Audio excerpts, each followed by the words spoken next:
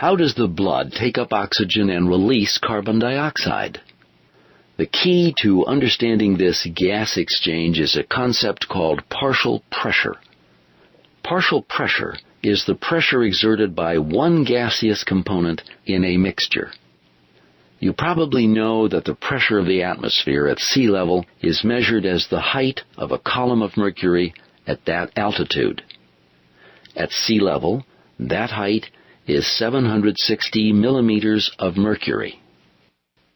The amount of oxygen in the air is about 21% by volume, so the partial pressure of oxygen is 0.21 times 760, or about 160 millimeters of mercury.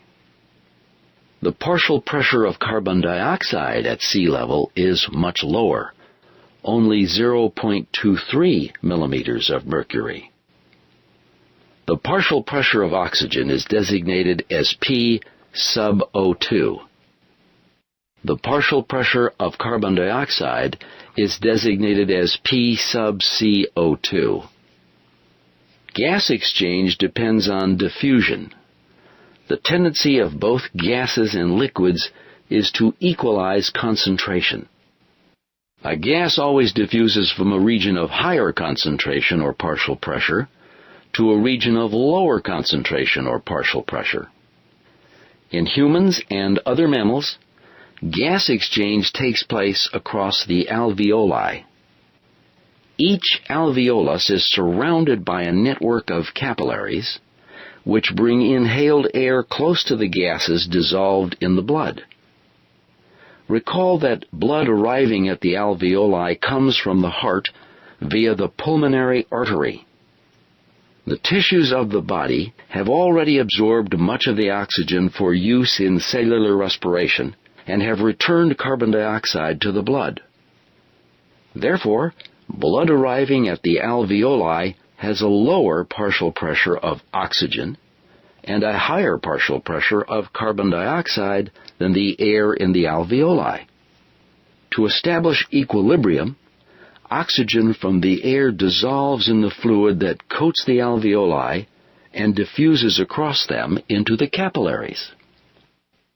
Similarly, carbon dioxide dissolved in the blood diffuses from the capillaries across the same membrane into the alveoli. Blood leaving the lungs through the pulmonary vein has a raised partial pressure of oxygen and a lowered partial pressure of carbon dioxide. See if you understand the relationship between the partial pressures of oxygen and carbon dioxide in the body tissues and in the lungs. Drag boxes to each part of the body to show the relative partial pressures of each gas. Click Submit to see if you are correct. Yes, that's right. Sorry, that's not quite right. In the body tissues, oxygen diffuses from the blood to the tissues themselves, so the partial pressure of oxygen in the blood is lowered.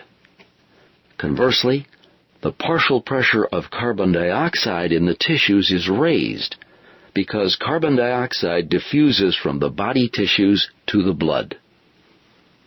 In the lungs, atmospheric oxygen diffuses into the blood across the alveoli, so the partial pressure of oxygen in the blood is higher than it is in the body tissues.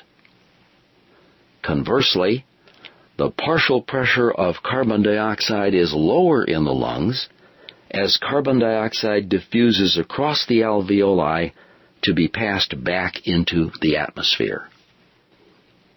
Now that we've seen what drives gases to move in and out of the blood, we still have one question to answer.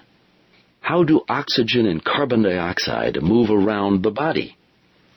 We'll examine the mechanisms involved in gas transport next.